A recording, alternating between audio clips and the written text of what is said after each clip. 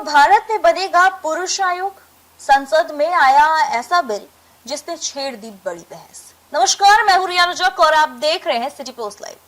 देश में महिलाओं के लिए राष्ट्रीय महिला आयोग है, लेकिन अब सवाल उठ रहा है कि क्या पुरुषों के लिए भी एक राष्ट्रीय आयोग होना चाहिए। इसी सवाल ने पूरे देश में नई बहस छेड़ दी है। दरअसल राज्यसभा सांसद डॉक्टर अशोक कुमार मित्तल ने संसद में national commission for main bill 2025 पेश किया है। यह एक प्राइवेट मेंबर बिल है, यानी कि इसे सरकार नहीं बल्कि एक सांसद लेकर आए हैं। अभी यह सिर्फ एक प्रस्ताव है, कानून नहीं बना है। जी हाँ, लेकिन सबसे बड़ा सवाल है कि आखिर यह बिल लाने की जरूरत क्यों पड़ी।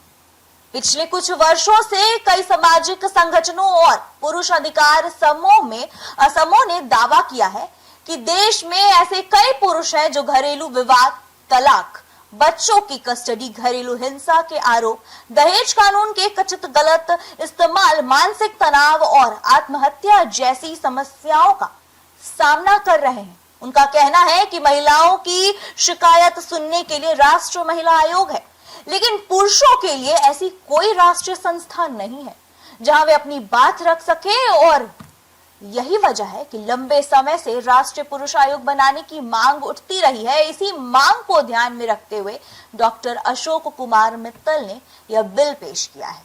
अगर यह बिल कानून बन जाता है तो राष्ट्रीय पुरुष आयोग बनाया जाएगा और यह आयोग पुरुषों से जुड़ी शिकायतों को सुनेगा, उनकी समस्याओं की जांच करेगा, सरकार को सुझाव देगा और जरूरत पड़ने पर कानूनों में बदलाव की सिफारिश भी करेगा। साथ ही पुरुषों के मानसिक स्वास्थ्य, पारिवारिक विवाद, बुजुर्ग पुरुषों की समस्याओं और आत्महत्या जैसे गंभीर मुद्दों पर भी काम करेगा।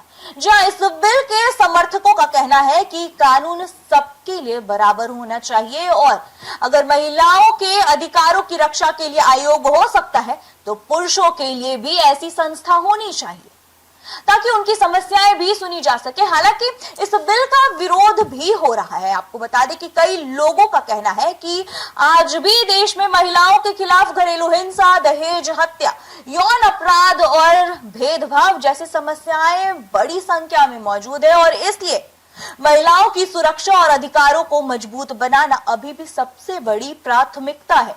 उनका मानना है कि पुरुष आयोग की जरूरत है या नहीं, इस पर संसद में गंभीर चर्चा होनी चाहिए। अब तक आपको बता दें कि अब एक जरूरी बात आपको हम समझाते हैं कि यह बिल अभी कानून नहीं बना है, संसद में इसे पेश किया गया है और अब इस पर चर्चा होगी।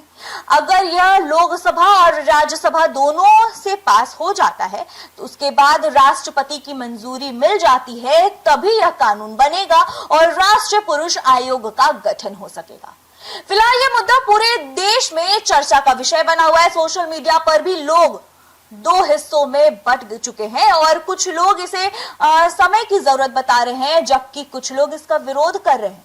अब देखना होगा कि संसद में इस बिल पर क्या चर्चा होती है, सरकार का रुख क्या रहता है और क्या भारत में भविष्य में महिलाओं की तरह पुरुषों के लिए भी राष्ट्रीय पुरुष आयोग बनाया जाता है या नहीं।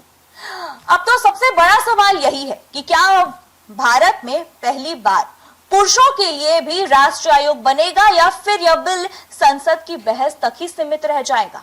आने वाले दिनों में इस पर होने वाली चर्चा देश की सामाजिक और कानूनी व्यवस्था की दिशा तय कर सकती है। और इस पूरे मामले पर आपकी क्या राय, हमें कमेंट बॉक्स में जरूर बताइएगा कि क्या भारत में राष्ट्रीय पुरुष आयोग बनना चाहिए या नहीं। धन्यवाद।